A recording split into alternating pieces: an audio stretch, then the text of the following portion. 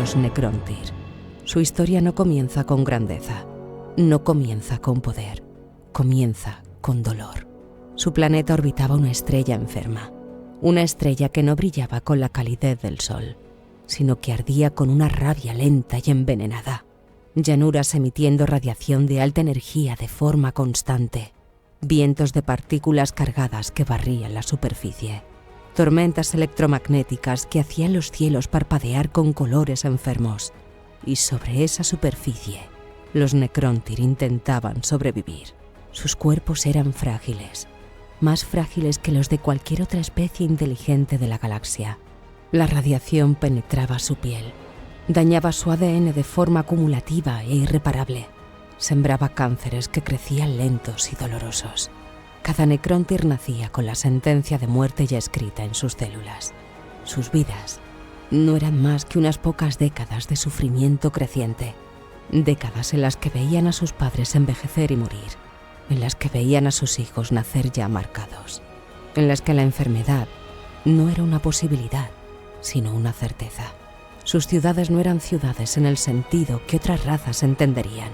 Eran fortalezas contra la enfermedad, prisiones autoimpuestas de metal y piedra oscura, con gruesos muros de blindaje contra la radiación. Construían hospitales más grandes que palacios, templos más grandes que las viviendas de los vivos. Sus estructuras más imponentes no celebraban la vida, celebraban la muerte. Tumbas enormes, pirámides de metal oscuro, mausoleos que se extendían kilómetros bajo la superficie. Toda su cultura, toda su filosofía, toda su arquitectura, construida alrededor de una sola verdad, que morirían, que siempre morirían, que no había escapatoria. Y entonces, los Necrontyr miraron más allá de su sistema solar y descubrieron que no estaban solos en la galaxia. Descubrieron a los ancestrales, seres que llevaban millones de años viviendo, que dominaban tecnologías incomprensibles, que habían doblegado las leyes del tiempo y el espacio, y que poseían lo que los Necrontyr más deseaban, la longevidad, quizás incluso la inmortalidad. El resentimiento nació entonces, no despacio, no gradualmente, nació de golpe, como una herida, como la comprensión de una injusticia cósmica que no tiene reparación posible. ¿Por qué ellos sí y nosotros no? Era la pregunta que corría cada mente Necrontyr, la pregunta que no tenía respuesta satisfactoria, la pregunta que convirtió el dolor en rabia y la rabia en odio. Los Necrontyr enviaron emisarios, suplicaron, pidieron con toda la humildad que una raza orgullosa puede mostrar, que los ancestrales compartieran su conocimiento, que los liberaran de la maldición de la mortalidad prematura, que les permitieran vivir, solo eso, solo vivir. Los ancestrales se negaron, no por crueldad, no porque los vieran como inferiores, no porque el sufrimiento Necrontyr les fuera indiferente. Los ancestrales se negaron porque entendían algo que los Necrontyr no podían ver, que el universo tenía un equilibrio, un ciclo de nacimiento, vida y muerte que no era una imperfección, sino el fundamento mismo del orden cósmico, que alterar ese ciclo tenía consecuencias que iban más allá de lo que cualquier mente individual podía calcular, consecuencias que se extenderían a través del Inmaterium, a través de dimensiones que los Necrontyr apenas habían empezado a percibir. Para los Necrontyr aquello fue una humillación, no una negativa racional que podían comprender y aceptar, sino la prueba definitiva de que el universo era fundamentalmente injusto y que los ancestrales eran cómplices de esa injusticia. Y así comenzó la guerra. La primera guerra entre los Necrontyr y los ancestrales. Una guerra que los Necrontyr sabían que no podían ganar, pero la lucharon de todas formas. Porque cuando hay esperanza, la rabia es todo lo que queda. Sus flotas eran impresionantes por derecho propio. Los Necrontyr habían convertido su desesperación en ingeniería. Habían tomado la necesidad y la habían transformado en tecnología. Tenían armas capaces de estabilizar su propia estrella enferma. Tenían naves que podían navegar entre sistemas estelares. Tenían una comprensión matemática del cosmos que habría maravillado a cualquier otra civilización. Pero los ancestrales eran algo diferente. Sus naves no eran máquinas. eran extensiones de su voluntad. Sus armas no eran proyectiles ni energía, eran alteraciones en las leyes de la física. Los Necrontyr empujaron, los ancestrales aguantaron. Los Necrontyr murieron por millones, los ancestrales ni siquiera frenaron. La guerra fue un fracaso inevitable, y en su derrota, los Necrontyr encontraron algo que casi los destruyó más que la guerra misma: la división interna. Las dinastías Necrontyr se culpaban entre sí. Los perdedores de la guerra buscaban chivos expiatorios internos. El imperio Necrontyr, que había tardado millones de años en forjarse, comenzó a fracturarse. Y entonces, en el peor momento posible, llegó el descubrimiento que lo cambiaría todo. Los Necrontyr eran astrónomos brillantes. Habían tenido que serlo. Cuando tu estrella es tu asesina, aprendes a estudiarla, a entenderla, a predecirla. Y fue en ese estudio obsesivo de las estrellas que los Necrontyr vieron algo que nadie más había visto, o nadie más había querido ver. Algo en las estrellas, no en su superficie, no en sus erupciones, no en sus patrones de radiación, sino dentro, moviéndose dentro del plasma estelar. Patrones demasiado complejos para ser accidentales, demasiado regulares para ser aleatoriedad cuántica, demasiado coherentes para ser física. Seres de energía pura, consciencias de una escala que desafiaba la comprensión, no hecha de materia, no confinada en un cuerpo, no limitada a un solo punto en el espacio.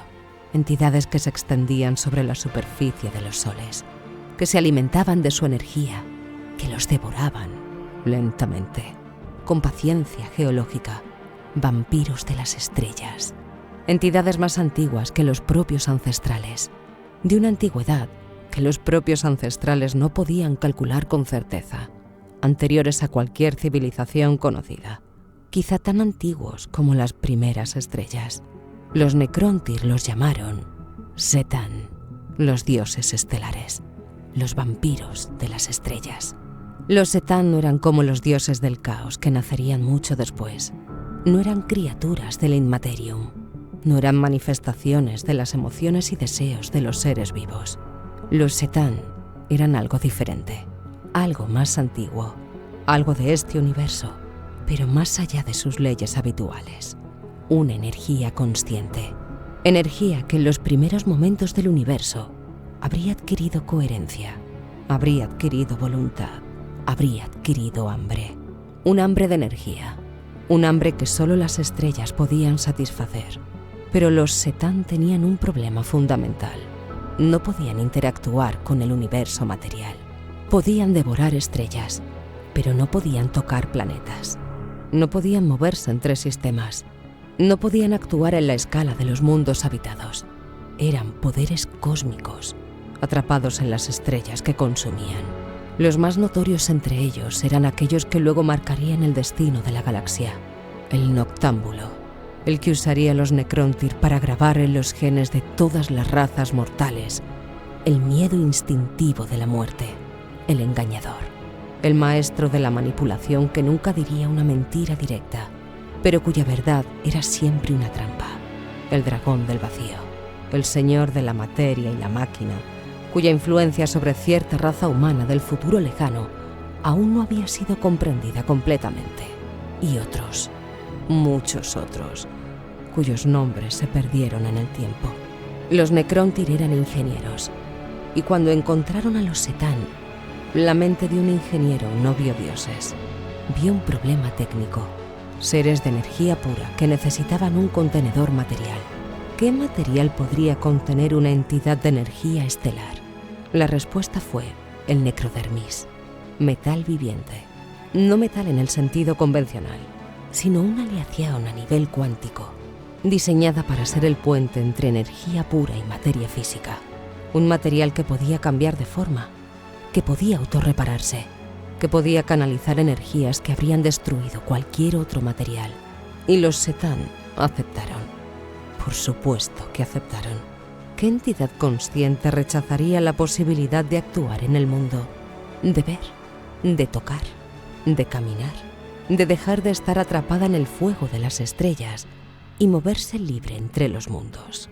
Los Setán tomaron forma, y esa forma no fue aleatoria. Los Setán leyeron la mente de los Necrontyr, leyeron sus mitos, sus leyendas, sus dioses olvidados, y tomaron las formas de esos dioses, porque un dios que ya conoces es un dios al que ya sabes cómo adorar. Y los Setán ofrecieron a los Necrontyr lo que siempre habían soñado: inmortalidad. No una inmortalidad metafórica, no una promesa de legado memoria, inmortalidad real, física, permanente. Transferir la consciencia de cada Necrontyr a un cuerpo de metal viviente, un cuerpo que no envejecería, que no enfermaba, que no podía ser destruido por ninguna radiación, un cuerpo que duraría mientras durara el universo mismo. Hubo voces que advirtieron, filósofos que señalaron que algo no cuadraba, científicos que preguntaron qué beneficio obtendrían los Setán de este acuerdo, espirituales que sintieron algo oscuro detrás de la oferta. Pero el miedo a la muerte era más fuerte. Siempre lo es. Los gobernantes Necrontyr ordenaron el proceso. Llamaron a toda su especie a someterse a la transformación. Aquellos que se resistieron fueron sometidos igualmente. El proceso se llamó biotransferencia. Cada Necrontyr era colocado en la máquina, su consciencia escaneada, sus patrones neuronales copiados, sus memorias duplicadas. Y esa copia era transferida al cuerpo de metal viviente. El proceso funcionaba. Técnicamente, funcionaba perfectamente. El Necrontyr que entraba a la máquina como carne, salía como metal, con sus recuerdos, con su personalidad, con su capacidad de pensar, hablar, planear. Pero los Setán habían sido imprecisos en los detalles, porque lo que la biotransferencia no preservaba era el alma Necrontyr, esa chispa de consciencia que existía simultáneamente en el mundo material y en el Inmaterium. No sobrevivía al proceso, se dispersaba, se disolvía, se perdía en el vacío del Inmaterium para siempre, y los Setán se alimentaban de ella. Cada alma Necrontyr que se extinguía era un banquete. Cada transferencia era un sacrificio que el sujeto no sabía que estaba haciendo. Millones de almas, decenas de millones, cientos de millones. Toda una especie entregando su ser más profundo a cambio de un cuerpo entero que no podría sentirlo. Y así nacieron los Necrones. Los Necrones eran perfectos. Sus cuerpos eran obras maestras de ingeniería, resistentes a temperaturas que vaporizarían el acero, capaces de autorrepararse en segundos, inmunes a la enfermedad, el veneno, la radiación, dotados de una fuerza y velocidad que superaban a cualquier ser orgánico. Eran todo lo que habían querido ser. Y, sin embargo, algo había cambiado. Los primeros que pasaron por la biotransferencia podían aún recordarlo. Recordaban ser cálidos. Recordaban el dolor de sus cuerpos enfermos. Recordaban el amor, el miedo, la alegría, la ira. Pero eran recuerdos de recuerdos, como intentar recordar el sabor del agua cuando nunca has vuelto a tener sed. Y con cada ciclo de sueño y despertar, con cada periodo de inactividad, esos recuerdos se debilitaban, se volvían datos, información sin significado emocional, números sin peso. Y lo que quedaba era silencio, un silencio interior que no era paz, sino ausencia. Los Necrones no abandonaron su estructura social, si algo, la reforzaron, porque sin emociones que los distrajeran, sin ambiciones personales que los corrompieran más allá de lo calculable, la jerarquía se volvió absoluta. Los Pharaon, los reyes supremos, los más antiguos y poderosos de los nobles Necrones, aquellos cuya transferencia había sido más completa y que paradójicamente habían retenido más de su personalidad original. Los Lores Necrones, generales y administradores, con capacidad de planificación estratégica que ningún ser orgánico podría igualar. Los Cryptex, los científicos y tecnólogos, los que habían preservado en sus redes neuronales de metal la obsesión por comprender. Y las legiones, los guerreros Necrones, los que menos habían preservado su antigua humanidad, los que se movían en formaciones perfectas, los que disparaban con una precisión que ningún ser vivo podría alcanzar, los que no sentían miedo, los que no huían, los que se levantaban incluso cuando los derribaban, una y otra vez. Un ejército de muertos que no sabía que era un ejército de muertos.